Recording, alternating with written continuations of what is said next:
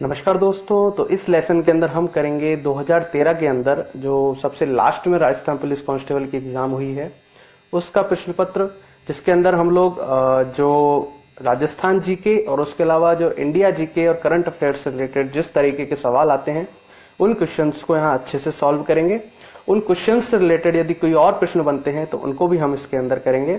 और 4 पार्टों के अंदर यह पूरा प्रश्न पत्र होगा। करीब 100 के आसपास सवाल होंगे। तो हम लोग शुरुआत करते हैं राजस्थान पुलिस कांस्टेबल के अंदर जो 2013 का एग्जाम पेपर आया था वहां से हम शुरू करते हैं। और मैं हूं आदित्य गोयल। जो पहला क्वेश्चन इसके अंदर जो जीके का आया था वो था, फिल्म भाग मिल्खा भाग के निर्देशक का नाम क्या है। ऑप्शन थे दिवाकर बनर्जी, अनुराग वासु, राकेश ओम प्रकाश मेहरा और अनुराग कश्यप। तो इसका जो करेक्ट आंसर है वो है राकेश ओम प्रकाश मेहरा। तो उस समय ये फिल्म काफी प्रसिद्ध थी। तो राकेश ओम प्रकाश मेहरा इसके निर्देशक थे, उन्हें काफी अवार्ड भी मिले। तो हम लोग इस साल अभी अभी ऑस्कर अवार्ड मिले हुए हैं।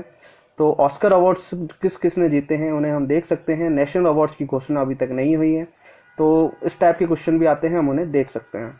अगला प्रश्न है, भगत सिंह ने किस स्थान पर बम फेंका था। तो भगत सिंह ने इनमें से किस स्थान पर बम फेंका था। ऑप्शन है Alfred park, central assembly, town hall और कैंटोनमेंट हॉल। तो इसका जो करेक्ट आंसर है वो है सेंट्रल असेंबली। तो वर्तमान में जहां पर लोकसभा लगती है उस हॉल को पहले सेंट्रल असेंबली कहा जाता था। वहां भगत सिंह ने एक बम फेंका था। उस बम फेंकने का उद्देश्य था अंग्रेजों की जो अंग्रेज लोग हैं उनके कानों में अपनी आवाज पहुंचाना। यानी एक प्रकार से एक प्रतीक था ये भारत की आजादी के लिए। तो इसके कारण उन्हें फिर बाद में फांसी की सजा हुई। तो 23 मार्च 1931 को फिर भगत सिंह को इस कार्य के लिए फांसी दी गई। और जो अल्फ्रेड पार्क है वो वह स्थान है जहां पर चंद्रशेखर आजाद की हत्या की गई थी, जहां उन्हें गोली मार दी गई थी और इलाहाबाद के अंदर यह स्थित है। अगला क्वेश्चन है, वर्ष 2011 की जनगणना के अनुसार भारत में किस शहर की जनसंख्या सर्वाधिक है। ऑप्शन है कोलकाता, मुंबई, दिल्ली और चेन्नई।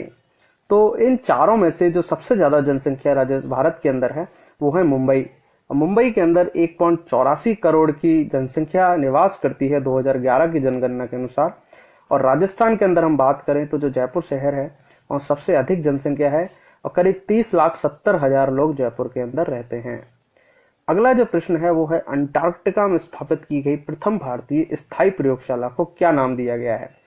जो अंटार्कटिका जो महाद्वीप है वहाँ विभिन्न देशों ने अपनी अपनी प्रयोगशालाएं स्थापित कर दी है और उन प्रयोगशालाओं के माध्यम से वो पृथ्वी की उत्पत्ति, उसके अलावा जो पृथ्वी का मौसम विज्ञान, इन सभी की काफी सारी जानकारी हासिल करते हैं और उन पर अध्ययन करते हैं। ऑप्शन है मैत्री, गंगोत्री, दक्षिण यमुनोत्री और दक्षिण गंगोत्री। तो इसका जो करेक्ट आंसर है वो है दक्षिण गंगोत्री। यह भारत की जो पहली जो स्थापित प्रयोगशाला थी अंटार्कटिका के अंदर और 1984 के अंदर इसकी स्थापना की गई थी। उसके बाद भारत की तरफ से और भी कई प्रयोगशालाएं आई, जिनमें से 1989 के अंदर मैत्री और उसके बाद फिर वर्तमान में करंट में 2012 के अंदर एक भारती नाम से प्रयोगशाला स्थापित की गई है अंटार्कटिका के अंदर और इनके माध्यम से अंटार्कटिका का अध्ययन किया जाता है। अगला प्रश्न है, वर्ष 2016 के ओलंपिक खेल किस देश में आयोजित किए जाएंगे। अब 2016 चूंकि निकल गया है तो किस क्षेत्र में, किस देश में आयोजित किए गए हैं। ऑप्शन है ऑस्ट्रेलिया, जापान, कनाडा और ब्राजील। तो आंसर है ब्राजील। तो ब्राजील के अंदर जो रियो डी जेनेरियो है, जो कि ब्राजील की राजधानी है, वहां पर ओलंपिक खेलों का आयोजन किया गया। उसके अलावा इस साल का फुटबॉल वर्ल्ड कप भी रियो डी जेनेरियो के अंदर ही आयोजित किया गया था। अगला क्वेश्चन है, राजस्थान में लोकसभा और राज्यसभा को मिलाकर कुल कितनी सीटें हैं। तो हमें पता है कि भारतीय संसद के अंदर लोकसभा और राज्यसभा और राष्ट्रपति ये तीनों मिलकर संसद बनाते हैं, जिनमें से लोकसभा के अंदर सीधे चुने हुए प्रत्याशी होते हैं और राज्यसभा के अंदर विभिन्न राज्यों का जनसंख्या के अनुसार कोटा होता है और वो सदस्य चुने जाते हैं। ऑप्शन है ए 32, बी 33, सी 34 और डी 35। तो करेक्ट आंसर है इसका 35, जिनमें से राजस्थान के अंदर 25 लोकसभा सीटें हैं और 10 जो हैं वो राज्यसभा की सीटें हैं। तो इस प्रकार से 35 का आंकड़ा बनता है। तो 35 सीटें इसका सही आंसर है। अगला प्रश्न है, निम्न में से कौन सा कथन सही है। तो 4 टेम्परेचर दे रखे हैं, तो हमें एक सिंपल सा क्वेश्चन है, हमें डिग्री और फॉरेनहाइट में क्या रिलेशन है वो इसके अंदर बताना है। तो पहला है 30 डिग्री सेंटीग्रेड और 30 डिग्री फॉरेनहाइट और 32 डिग्री सेंटीग्रेड समान तापमान है। 32 डिग्री फॉरेनहाइट और 30 डिग्री सेंटीग्रेड समान तापमान है। 0 डिग्री फ़ारेनहाइट और 32 डिग्री सेंटीग्रेड समान तापमान है, और 0 डिग्री फ़ारेनहाइट और 0 डिग्री सेंटीग्रेड समान तापमान है। इसमें टाइपिंग थोड़ा एरर है, फ़ारेनहाइट और सेंटीग्रेड नहीं आया है, तो पहला जो है वो फ़ारेनहाइट है और दूसरे नंबर पे सेंटीग्रेड है। तो इसका करेक्ट आंसर जो बनता है वो है 32 डिग्री फ़ारेनहाइट और 0 डिग्री सेंटीग्रेड समान तापमान है। एक साइंस के अंदर एक फॉर्मूला चलता है जिसके माध्यम से हम जो फ़ारेनहाइट या सेंटीग्रेड को आपस में कन्वर्ट कर सकते हैं। इसका फॉर्मूला आप नोट कर सकते हैं चाहे तो, कि T डिग्री फ़ारेनहाइट यानी Fahrenheit temperature equal to temperature in centigrade into 9/5 plus 32, यानी कि T डिग्री सेंटीग्रेड इंटू 9/5, इसको हटा के फिर प्लस में 32। इस तरीके से हम फ़ारेनहाइट को सेंटीग्रेड में या सेंटीग्रेड से फ़ारेनहाइट में कन्वर्ट कर सकते हैं। और जो 32 डिग्री जो फ़ारेनहाइट टेम्परेचर होता है वो 0 डिग्री सेंटीग्रेड के बराबर हमें तापमान देता है। अगला क्वेश्चन है, महाभारत काल में पांडवों ने अपना अज्ञातवास विराटनगर में बताया था, वह किस महाजनपद की राजधानी थी?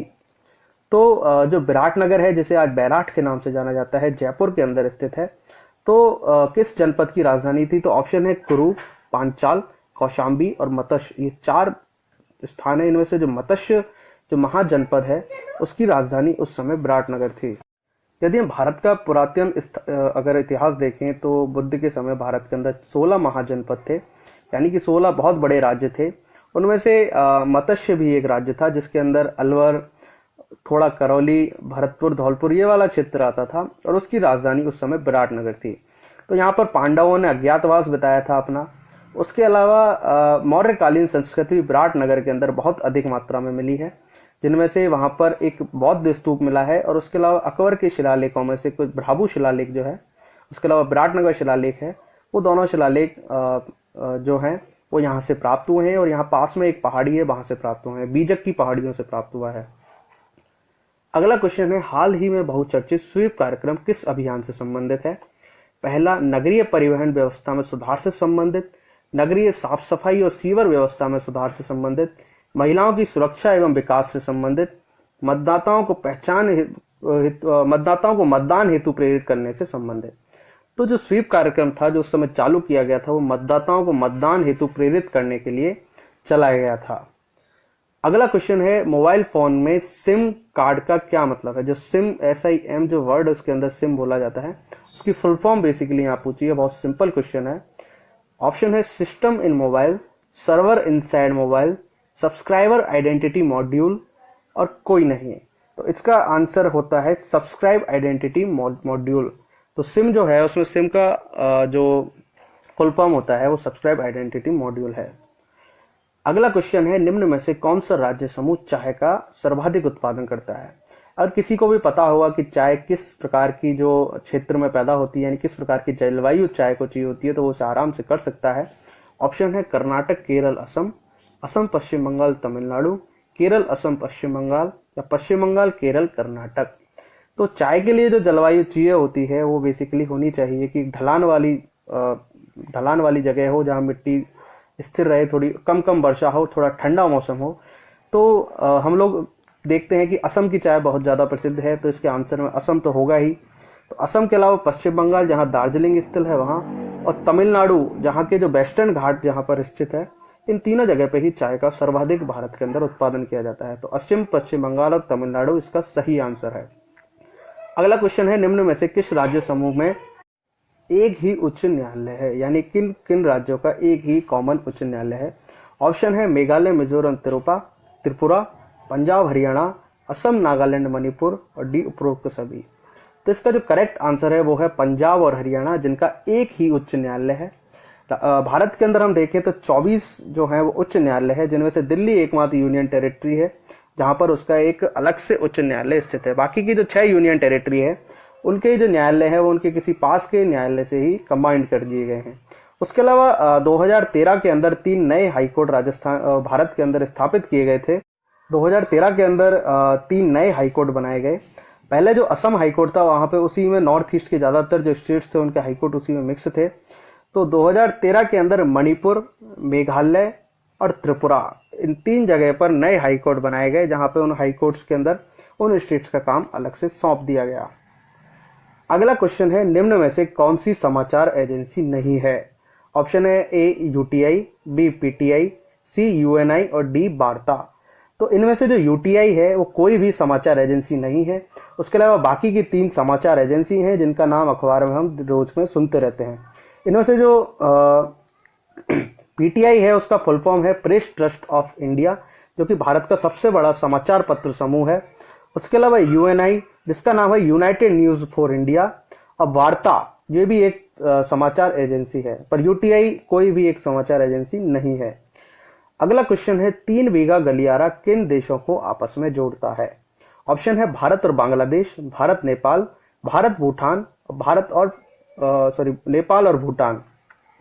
इसका अगर हम करेक्ट आंसर देखें तो भारत और बांग्लादेश के अंदर एक 3 बीघा गलियारा नाम से एक स्थान है, जिसको लेकर काफी कॉन्फ्लिक्ट थे पहले, अभी भी थोड़ा है, परंतु अभी जब भारत का 99वां संविधान संशोधन किया गया, 100वां जो संविधान संशोधन किया गया, जिसके तहत भारत और बांग्लादेश के अंदर जो सीमा का विभाजन पुनः से अलॉट किया गया, जिसके अंदर कुछ जो भारत की भूमि थी वो बांग्लादेश को सौंप दी गई और बांग्लादेश की कुछ भूमि भारत को सौंप दी गई। तो उसके बाद 3 बीघा गलियारा जो है उसको कॉन्फ्लिक्ट को लेकर सॉल्यूशन करने की कोशिश की गई है। तो भारत और बांग्लादेश के सीमाओं को आपस में जोड़ता है 3 बीघा गलियारा। अगला क्वेश्चन है, भारतीय और यूनानी कला शैली के मिश्रण से किस कला शैली की उत्पत्ति हुई? ऑप्शन है अमरावती कला शैली, गांधार कला शैली, भारत और भूटान, और नेपाल और भूटान। तो भारतीय और यूनानी कला शैली को मिक्स होकर एक नई शैली बनी थी जिसका नाम था गांधार कला शैली, जो भारत के अंदर पहली मूर्ति कला की शैली थी। और यहीं पर सबसे पहले भगवान बुद्ध की मूर्तियां, जो कि भारत के अंदर सबसे पहले जो किसी देवता या भगवान की मूर्ति बनाई गई वो थी। इस शैली पर सीधा सीधा यूनानी प्रभाव है। हम देख सकते हैं कि पुराने समय की जितनी बुद्ध भगवान की मूर्तियां हैं उनमें उनके घुंघराले वाल लिए गए हैं, जो बेसिकली यूनानी शैली को प्रकट करते हैं। उसके अलावा गांधार जो अब अफगानिस्तान के अंदर स्थित है, उसको यूनान से उसकी समीपता भी है, इसलिए भी उस शैली का काफी इफेक्ट भी यहाँ सीधे सीधे है। अगला क्वेश्चन है, वायुमंडल की सबसे निचली परत कौन सी होती है? ऑप्शन है क्षोभ मंडल, समताप मंडल, मध्य मंडल, आयन मंडल। तो इसका करेक्ट आंसर क्षोभ मंडल है, जो कि वायुमंडल की सबसे निचली परत है और सबसे ज्यादा जो गैसेज है वो यहीं पाई जाती है, ऑक्सीजन भी सबसे ज्यादा यहीं पाई जाती है। तो बेसिकली पृथ्वी की जो सतह से 18 किलोमीटर की ऊंचाई तक क्षोभ मंडल पाया जाता है। जो पूरा वायुमंडल है वो बेसिकली 5 परतों में डिवाइडेड है। सबसे पहले क्षोभ मंडल, फिर समताप मंडल, फिर मध्य मंडल, फिर आयन मंडल और उसके बाहर का एरिया बहिर्मंडल। इस तरीके से 5 मंडलों के अंदर या 5 परतों के अंदर वायुमंडल जो है उसको बांटा गया है। अगला क्वेश्चन है, नक्सलवाद की जन्मस्थली नक्सलवाड़ी निम्न में से किस राज्य में स्थित है? ऑप्शन है छत्तीसगढ़, उड़ीसा, पश्चिम बंगाल और बिहार। तो नक्सलवाद से भारत का हर व्यक्ति परिचित है। नक्सलवाद एक नासूर की तरह भारत में हो गया है। ये जो नक्सली होते हैं वो basically communist party of India मार्क्सवादी के मेंबर होते हैं। और जो पश्चिम बंगाल के अंदर एक क्षेत्र है नक्सलवाड़ी, यहाँ से किसान आंदोलन के रूप में यह आंदोलन शुरू हुआ था। उसके बाद फिर उसने हिंसक रूप ले लिया और आज उन्होंने एक पृथक जो राष्ट्र या पृथक सरकार की स्थापना तक ये लोग पहुंच गए हैं। तो एक तरीके से सरकार विरोधी या देश विरोधी है आंदोलन है। तो पश्चिम बंगाल के अंदर सबसे पहले ये शुरू हुआ था और 3 लोग 1967 के अंदर शुरू हुआ था। और जंगल संथाल, चारू मजूमदार और कानू सान्याल, ये 3 लोग थे, उनके नेतृत्व में शुरू हुआ था। परंतु बाद में पूरे देश भर के अंदर जो दंडकारण्य वाला जो क्षेत्र है, यानी कि झारखंड, उड़ीसा, उसके नीचे वाला जो कर्नाटक वाला जो क्षेत्र है, वहां पर ये काफी मात्रा में अब फैल चुका है। विश्व में सर्वाधिक लंबी तट रेखा किस खाड़ी की है? ऑप्शन है बंगाल की खाड़ी, हडसन की खाड़ी, मैक्सिको की खाड़ी, अरब सागर। तो इसका जो आंसर है वो है हडसन की खाड़ी। यहाँ पर विश्व की सर्वाधिक लंबी तट रेखा स्थित है। और ये जो हडसन की खाड़ी जो है वह जो उत्तरी अमेरिका के अंदर जो ऊपर जो कनाडा जो देश है, कनाडा के ऊपर एक बहुत बड़ा भूभाग है, वहां पर एक खाड़ी है और इसकी सबसे लंबी तट रेखा है।